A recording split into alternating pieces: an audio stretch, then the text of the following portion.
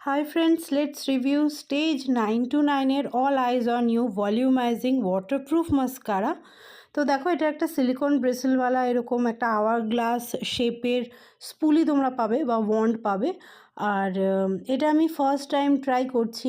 তো একটা চোখে আগে আমি তোমাদের করে দেখাচ্ছি। দেখো, একটা কোট দিচ্ছি।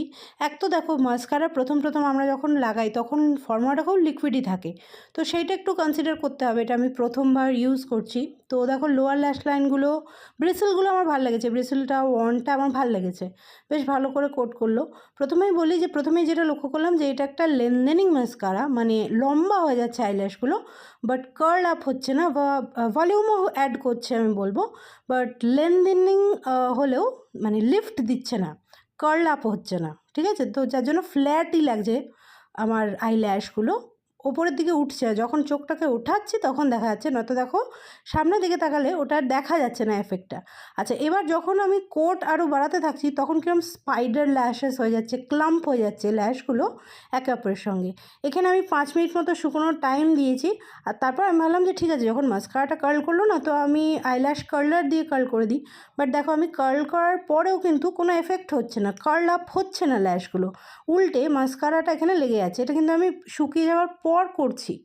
আচ্ছা, এখানে আমি দুটো চোখেই লাগিয়ে নিয়েছি, তো দুটো চোখেই আমি কার্ল করে তোমাদের দেখাচ্ছি, কিন্তু কার্লিংয়ের কোনো এফেক্ট হচ্ছে না। হ্যাঁ, নিচের ল্যাশ লাইনটা ভালো লাগছে, একটু ডল লাইক আইস লাগছে। আর যেহেতু এটা টিউবিং মাস্কারা, মানে এদের বক্তব্য হচ্ছে যে এটা টিউবের আকারে বেরিয়ে আসবে, তো এটা রিমুভ করা খুব সোজা, সেই জন্যেই এই জিনিসটা ভাইরাল হয়েছে, মাস্কারা রিসেন্টলি ভাইরাল হয়েছে এই জন্যেই। বাট দেখো, ফর্মুলাটা এমন চিপকু যে আমার আইল্যাশ কালারের রাবারটাই বেরিয়ে ওটাতে চিপকে যাচ্ছে, আর পুরো আইল্যাশ কালারের গায়ে ওটা মানে উঠে আসছে, এত চিটচিটে জিনিসটা।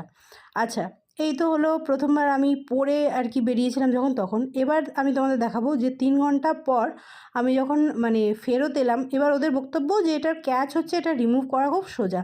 তো আমি নর্মালি যেভাবে মাস্কারা রিমুভ করি, হুইচ ইজ একটা প্যাডে, কটন প্যাডে বা এমনি রিউজেবল প্যাডে মাইসেলার ওয়াটার দিয়ে রিমুভ করি। তো দেখো, আমার আই মেকআপটা উঠে গেল, আই শ্যাডোটা উঠে গেল, বাট মাস্কারাটা কিন্তু উঠছে না। টিউবিং মাস্কারা যেভাবে হাত দিলে টানলে উঠে আসার কথা, উঠছে, খুব অল্প উঠছে।